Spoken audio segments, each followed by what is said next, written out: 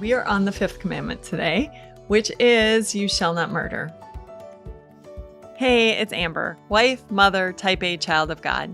Here are little things we look at everyday issues from a biblical perspective with one simple goal, to know and love God more. Thanks for listening.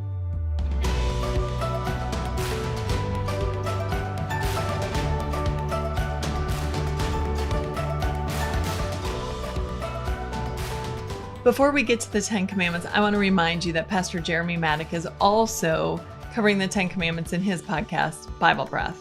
If you haven't heard Pastor Jeremy teach, you should know that he is incredibly gifted at taking really hard concepts and breaking them down into easy to understand bite-sized pieces. So it'll really add a lot to your study of the 10 Commandments if you listen to him. So just check out the episode notes and we'll put a link there to send you right on over. Now, I learned a lot about this commandment from Luther. He has a lot to say about it. But first, we're going to start with Jesus' teaching. So in Matthew 5, verses 20 to 21, he explains this. You have heard that it was said to the people long ago, you shall not murder, and anyone who murders will be subject to judgment. But I tell you, anyone who is angry with a brother or sister will be subject to judgment. And anyone who says, you fool, will be in danger of the fire of hell. So Jesus said, it's not just about, stabbing someone and murdering them. That's not at the heart of this commandment. It's about being angry and the things that we do in our anger to destroy other people. So what are those things? Well, have you ever talked behind someone's back? So somebody does something to you and you make sure that everyone you know knows what they did. That is destroying their character. Why is that a bad thing? Well, listen, don't we all do things that we're not proud of? We all sin all the time. What does the Bible tell us we're supposed to do if somebody sins against us? We're supposed to go to that person and talk to them and explain how you felt, how that hurt you. And hopefully by doing that, that's all it takes for that person to go, oh, I'm super sorry. Either I didn't realize it or you're right. I wasn't acting right. I shouldn't have done that. I shouldn't have said that. Whatever. Now, even if they don't, what are we supposed to do from there? Well, if we don't and they're a Christian, then we should go get someone else. Go get another fellow believer and say, hey, we're here because we're concerned about what went on. If they're not a Christian, you might have to just put these things in God's hands. So I have coworkers who aren't churchgoers. They've never been churchgoers. They don't know God's ways. And once in a while, I think once that I can think of, once or maybe twice, I've had to go to a coworker and say, hey, when you do this, or this is sort of affecting our work. So I just wanted to let you know. And one time, the coworker was totally taken off guard, as if, no one had ever approached him before, like, hey, and didn't say much, but as soon as I left work, started texting me. Well, what about this? And what about this? And what about this? And I simply replied, I don't fight over text. I'd be happy to talk face to face and further go into this, but I'm not going to fight over text because so much can be misread. You can't see my face. You don't know the heart behind what I'm saying. I don't want to do this. And besides the fact that if you only have the courage to say something behind a keyboard or when you're texting it on their phone, not cool. People say so many mean things because they're not face to face. My guess is you would never say it that way if you were looking the person in the eye, because you would know that they're a child of God, that this is a person. Why would you talk to them like that if you were looking right at them? I don't think most people would, but we get all this courage when we're in our own homes or in our own room or away from people, that we can just and then, if you aren't going to say it face to face, don't say it at all. There's no reason for that. So anyway, the point being that this commandment really gives us an approach to deal with people who we're not getting along with. So clearly we're not supposed to stab them, shoot them, kill them, strangle them in any way, shape, or form. But Jesus here is saying, don't even become angry enough to, murder their character, or to do things behind their back to get back at them, or to just, make them hurt. It's about learning how to treat people. So Luther says that in this commandment, God, like a kind father, steps in ahead of us, intervenes, and wishes to have the quarrel settled, so that no misfortune comes from it and no one destroys another person. He would protect, set free, and keep in peace everyone against the crime and violence of everyone else. So God's will in this is to teach his children. Let's face it, people who aren't Christians aren't paying attention to this, right? We see this all around the world. If you have access to A Voice of the Martyrs, I get that newsletter all the time, and it is absolutely breathtaking to me, the things that Christians all around the world endure. Pastors are murdered. Women are taken from their home. People lose their employment, their houses. Their families disown them. They're misfits in society because of Christ, because they have chosen to be Christians, and the government or the ruling religion of the day where they're at won't accept that. And this commandment, when violence is brought on them, this commandment shows us how we are to respond in those circumstances. Can we get angry? There's righteous anger, of course. It's not right. But who is behind these actions? Who is spurring these people to kill, to maim, to persecute, to destroy? Who's behind that? Satan. So it's not that we need to get angry and livid and take revenge on the person. We need to realize we're in a spiritual battle. And spiritual battles are won on our knees with prayer. A lot of times these people don't even understand that they are under the influence of Satan. They don't know anything. They're angry. They don't know who's spurring that to them into that. They're in a phase of thinking that what they're doing is right and good. They're zealous for what Satan is spurring them to do. So instead of seeking revenge, hating them for what they have done, we ought to be praying that God would open their eyes to the truth and come to the knowledge of the truth, that they might be saved.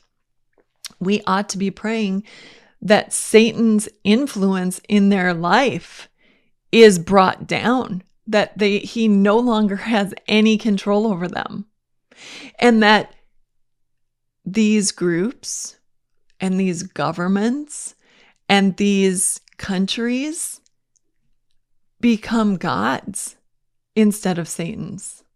So it's not about what do we do in a society, how do we live in such a way that people aren't killed. This is a commandment that the government can use. The government has the power to punish evildoers. So when people do kill other people, this commandment gives the government the power to say, that's not okay. You shouldn't murder people. You shouldn't take a life. But it's deeper than that. It's about all of us in our everyday lives. How are we to deal with the people who wrong us, who hurt us, who are constantly persecuting us, making us feel like we can't do anything right, or getting on our nerves. How are we supposed to deal with those drivers who cut us off in traffic? Jesus said, don't even get angry. Don't even call them a fool. Don't be calling them names. Don't be doing that. Instead, we can pray for them. Instead, we can return their anger and their actions that hurt people. We can love in response to that. Now, not only is this about not responding and trying to take revenge, except for if it's a government and they have the authority to punish, but it's also about us doing what we can to help somebody else out. So if we hear somebody talking badly, defaming another person, putting them down, destroying their character, and we have the option, we have a voice, then we ought to be saying, wait, hold on, no, that person's not here right now to defend themselves. I don't know the other half of the story. All I know is what you're telling me, but I know that there's always two sides to the story. That sounds horrible, but I think this conversation would be better if it was between you and this other person, and you guys get to the bottom of it or figure it out. And if you need somebody there to help and to moderate, you let me know, but that's not okay. It's also about us helping our neighbors, helping our friends, helping other people. When we have it in our ability, when we have the ability to help, Luther says it's like seeing someone drowning or in a fire, and we're walking by, and we can either go, oh man, I've got to go help this person, or we can turn a blind eye. And God is saying in this commandment, we can't turn a blind eye. We ought to help those who we have it in our power to help.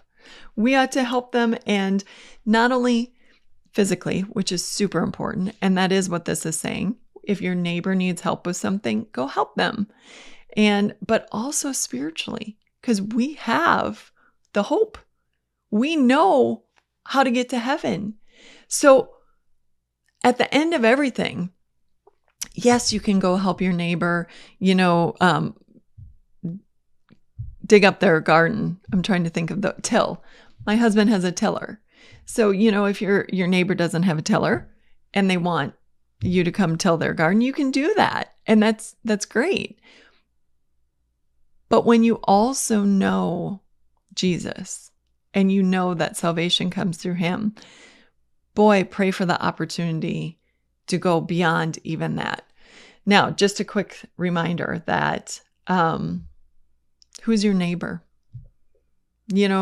That's what the teachers of the law asked Jesus, because he was talking about loving your neighbor, not just loving the people in your life, but also loving your enemies. And the teachers of the law were like, well, who really are our neighbors? And Jesus told the parable of the Good Samaritan, which was a man who was attacked by thieves and robbers. And the priest walked by on the other side of the road, didn't want anything to do with him. The Levite walked by on the other side of the road, didn't want anything to do with him. And a Samaritan came by and took the man, cleaned him up, put oil on his wounds, took him to a hotel, paid the innkeeper, said, take care of the man. And if you need anything more, I'll pay you more when I return. The point being, the Israelites looked down on the Samaritans as people who weren't worthy of their time, effort, energy, whatever. And Jesus was showing in this parable that we are to love everyone we come in contact with. So anyone God puts in our way, our coworkers, those people who are on the road with us, the people in the grocery store, the people who ride our bus, whoever is in our life, that is our neighbor. That's the person we're supposed to love. That's the person we're supposed to help if we have it in our power to help. And Luther said at the end of this essay on this commandment, he said, if we live this commandment, we will have our hands so full of good works that we will barely be able to do anything else. That means keep your eyes open. See who you can help. See who you can go in and rescue. See who you can offer a little bit of peace, a little bit of comfort, a little bit of joy, a little bit of warmth in their life. And when they are overwhelmed with how and why would you do that? Simple. I know God. And God does this for me all the time. He never tires of doing good in my life. He never tires of giving me good gifts. And I am in a position to help you. So I did.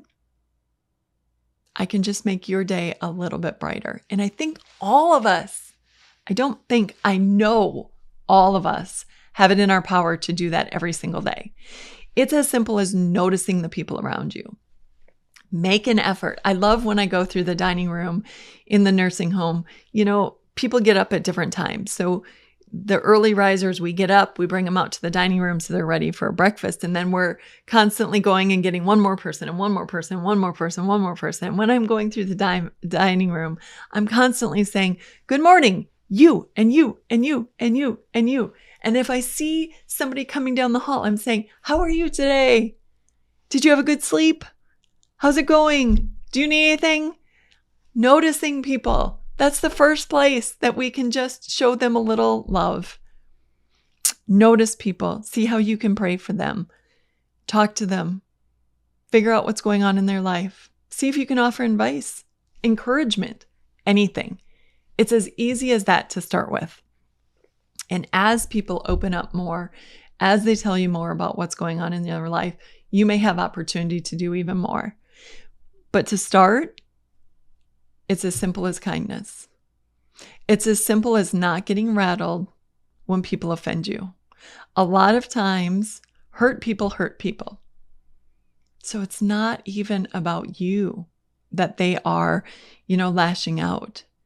It's about what's going on in their life. So if we can, instead of reacting when somebody does something terrible to us, when somebody goes off and yells at us or that, like I said, that road rage or whatever, if we get a chance to just say, hey, how you doing? What's going on in your life? A lot of times we'd see, I'm not getting along with my spouse, or I haven't been feeling well, or okay, now we're getting to the issue.